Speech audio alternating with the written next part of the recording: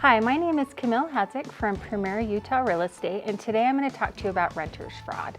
It's not something that a lot of people think about, but it's really important because you don't want to lose your money. Renter's fraud is when a person poses to be a landlord or a property manager, owner of a property, and they try and lease it so they can get deposit money or a property like a rental fee, processing fee. And so this actually happened to one of my properties over the weekend. It was listed on Friday.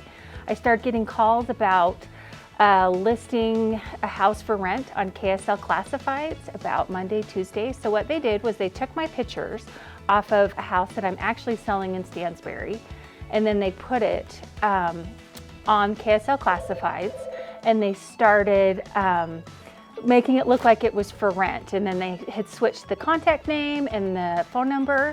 So they're really smart about this. They always like to use a property that's real and then pictures that are real.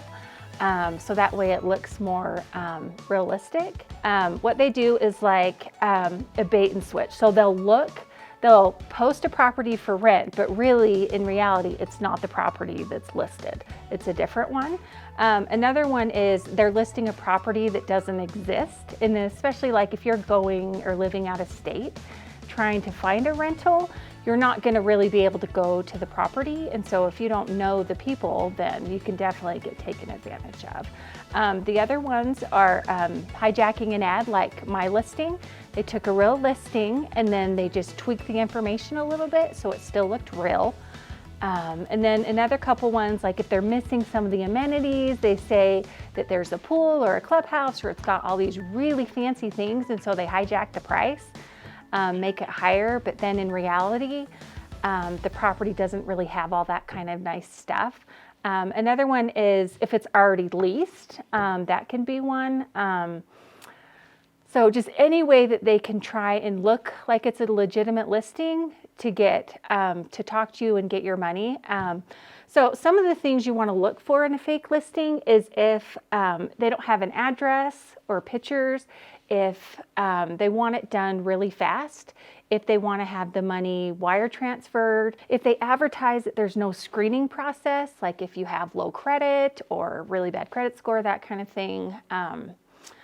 Then you don't have to get processed. Well, any legitimate landlord is going to want to do some paperwork. That is just how a landlord covers themselves, and it protects you and also the landlord by signing a contract knowing what is expected of each person. You want to make sure that you find a property management company that's legitimate.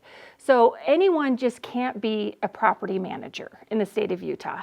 There is some exclusions to that. You can be a property manager if you're just slowly for like an apartment complex, or if you're the owner of a property, or someone has hired you to do the leasing things for that person, or you're an owner. If you're looking at a listing, I would look and see if it's for sale. You can look on Zillow. That's how people had found that my listing was actually not for rent, was by Zillow. You can look at the multiple listing service in Utah.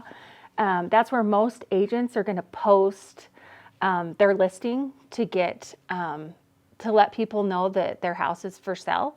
So if you do just a little bit of research on the property, you could just in Google type the property and Google the property and kind of see what comes up, because if it's for sale, it's going to pop up. If you do go to the property and look at it, you want to make sure that you look around for sale signs. We did have someone I know that had went to a property. They told them where the key was hidden.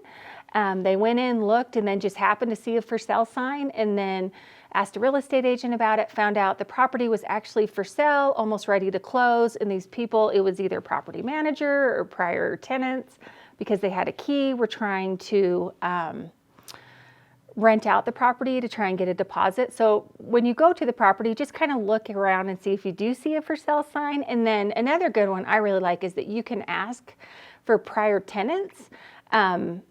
And ask and call them and see, is the landlord legitimate, kind of how they were with rentals. So another thing is most real estate agents are always managing properties on the side. So if you contact any broker or any real estate agent you know. They'll know kind of what apartments are open.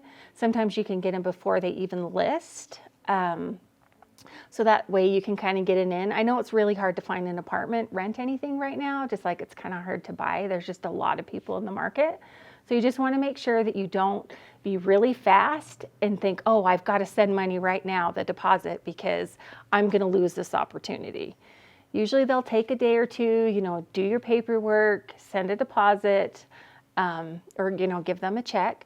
So anyway, that is just a little bit of information about rental fraud. I hope it helps. I wouldn't want you to lose any money, especially because you're most likely going to have to rent in your lifetime. And most of the time it's younger people that are getting taken advantage of. So definitely don't want that to happen.